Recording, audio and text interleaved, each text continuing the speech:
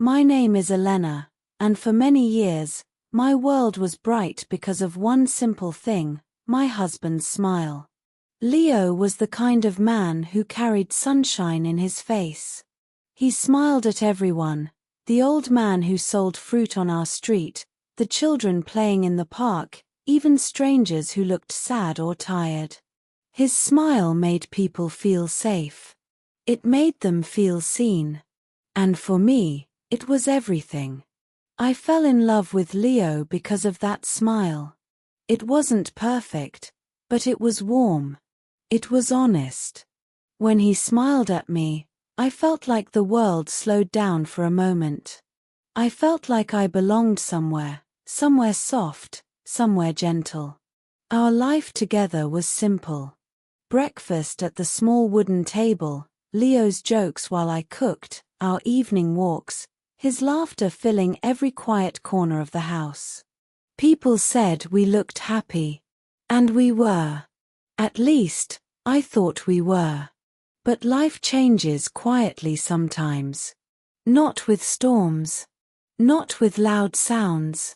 Sometimes it changes with silence.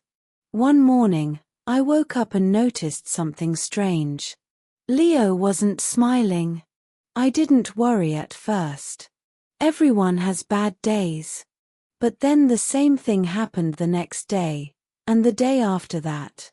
And slowly, without warning, the man who once carried sunshine inside him began to fade, one silent morning at a time. At first, I tried to pretend nothing was wrong. Maybe he was tired.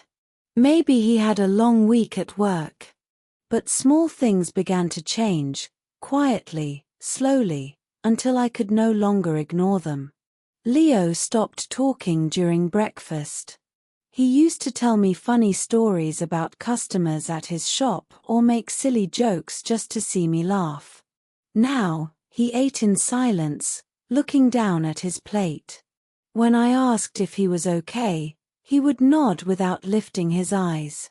In the evenings, he sat on the sofa staring at the wall, not watching TV, not reading, not doing anything. Just sitting there, with a heavy, empty expression. When I touched his arm, he forced a small smile, but it wasn't real. It didn't reach his eyes. It was a smile made only to comfort me, not from happiness. At night, I often woke up and found him sitting on the edge of the bed. His hands covered his face. His breathing was slow, deep, and tired. "Leo," I whispered. He always answered the same way. "I'm fine, Elena. Go back to sleep." But I knew he wasn't fine. Something inside him was changing. Something was hurting him deeply. When I tried to ask more, he would gently shake his head. "It's nothing," he said. "Just stress." But stress doesn't steal a person's smile. Stress doesn't take away the light in someone's eyes. Whatever was happening to Leo, he was hiding it from me. As days passed, Leo changed even more. It was no longer just silence or tired eyes. It was something deeper, something that touched every part of our life. He began forgetting small things at first. Keys. Phone. His lunch. Then he forgot bigger things, our dinner plans, our friend's birthday, even the date of our anniversary. When I reminded him gently, he looked confused, almost guilty, as if he didn't understand how the memory slipped away. Leo used to love food. He would ask me to make his favorite pasta on Fridays and pancakes on Sundays. But now he barely touched his meals. Sometimes he pushed his plate away after only 2 bites. His face looked thinner, his shoulders smaller, as if something inside him was slowly shrinking. He stopped meeting his friends, even though they invited him many times. Another day, he always said. Maybe next week. But next week never came. Even our evening walks disappeared. Those walks were our special time, the part of the day when he held my hand, told me stories, and made me laugh. Now, when I asked if he wanted to go, he simply said, "Not today," without looking at me. Most of the time, he sat alone in the living room, staring into a space that I could not see. His eyes were open, but he was far away, lost in a place I could not reach. I tried comforting him, asking gently, waiting patiently, hoping he would trust me with whatever was hurting him. But he didn't. And the more he pulled away, the more I felt fear growing quietly inside my heart. One night, after another silent dinner, something inside me broke. I couldn't pretend anymore. I couldn't watch him disappear piece by piece. "Leo, please talk to me," I said softly. "Something is wrong. I can feel it. I'm scared." He didn't answer. He just stared at his hands. "Leo," I whispered again, "you're not the man I know. Please, let me help you." He suddenly stood up from the table. I said, "I'm fine, Elena," he snapped. I froze. Leo never raised his voice at me. Not once in all our years together. He saw the shock in my eyes and looked away. "I need some air," he muttered. Then he grabbed his jacket and walked out of the house. The door closed softly, but the sound felt loud inside my chest. For a moment, I stood there alone, shaking. Should I follow him? Should I wait? Should I call someone?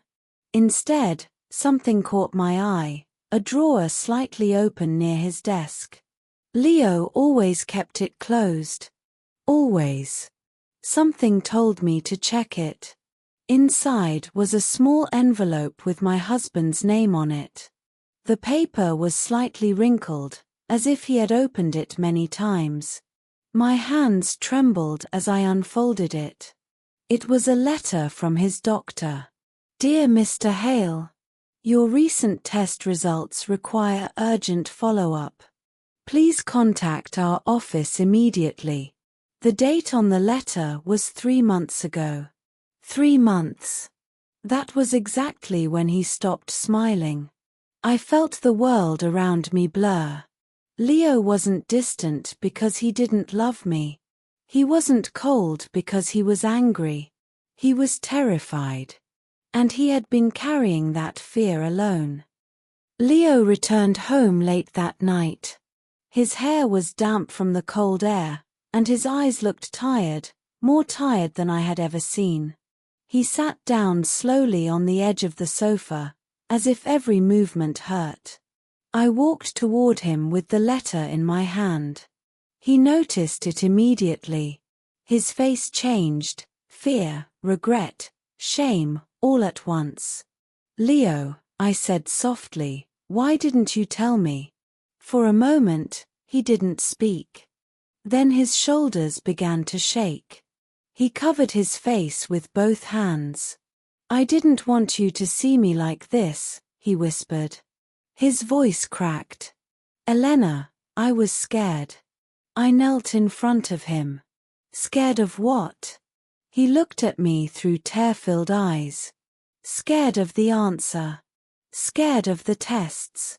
Scared that something was wrong with me, something serious. And I didn't want to bring that fear into your life." Tears slid down his cheeks. "I thought I could handle it alone. I thought I could protect you. You've always seen me as strong, Elena. I didn't want you to see me weak." His words cut through me, not because they hurt me, but because they revealed how much he had been hurting. "Oh, Leo," I whispered. "You don't have to be strong all the time. Not with me." He shook his head slowly. "I'm sorry. I'm so sorry."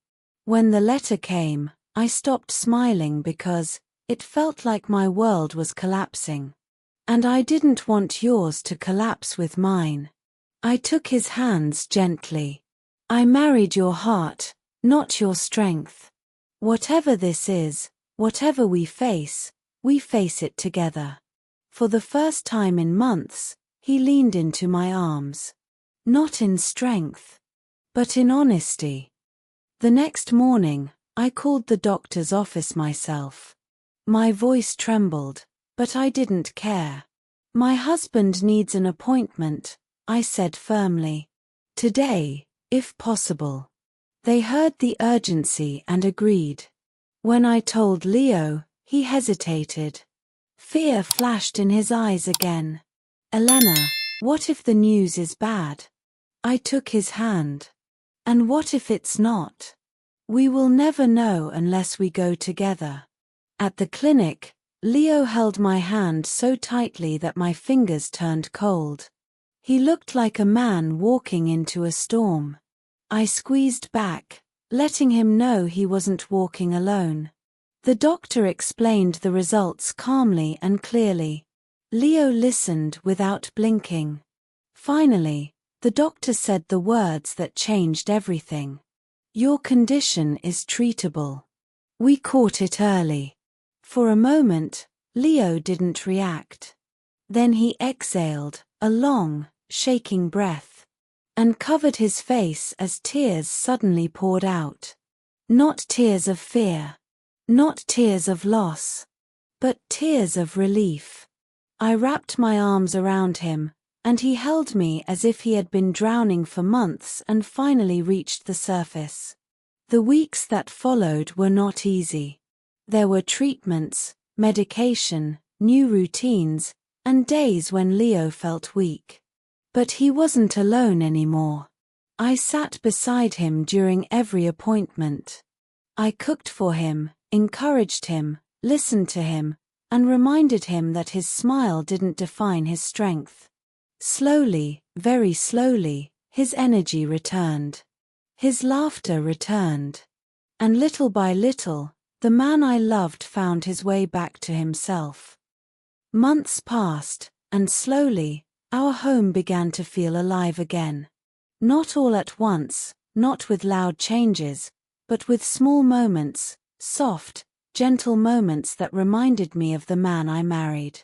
One morning, I walked into the kitchen and saw Leo pouring coffee. The sunlight touched his face, and for the first time in a long time, he looked peaceful. When he turned toward me, something unexpected happened. He smiled. Not the smile he used to have, the easy, automatic one he gave to the world. This one was different. It was slower, deeper, filled with gratitude and relief. It was a smile that carried both pain and healing. I felt tears fill my eyes. Leo, you're smiling again, I whispered. He touched my hand gently. I stopped smiling because I was scared, he said. But you didn't walk away. You stayed. You helped me find my way back. We sat together, no rush, no noise. Just two people who had survived a quiet storm. I realized then that relationships don't break only through big fights or loud arguments. Sometimes they break in silence, in secrets, in fear, in the moments we hide our pain instead of sharing it. Leo looked at me and said, "Thank you for not giving up on me." I shook my head softly. You would never let me face something alone. Why should I let you? He smiled again, warm and real. In that moment, I understood something important. Love doesn't need perfect people. It needs honest people. People who trust each other with their fears. And choose to walk through the darkness together. And with that smile, our light finally returned. Have you ever seen someone hide their pain behind a smile? Share your thoughts in the comments.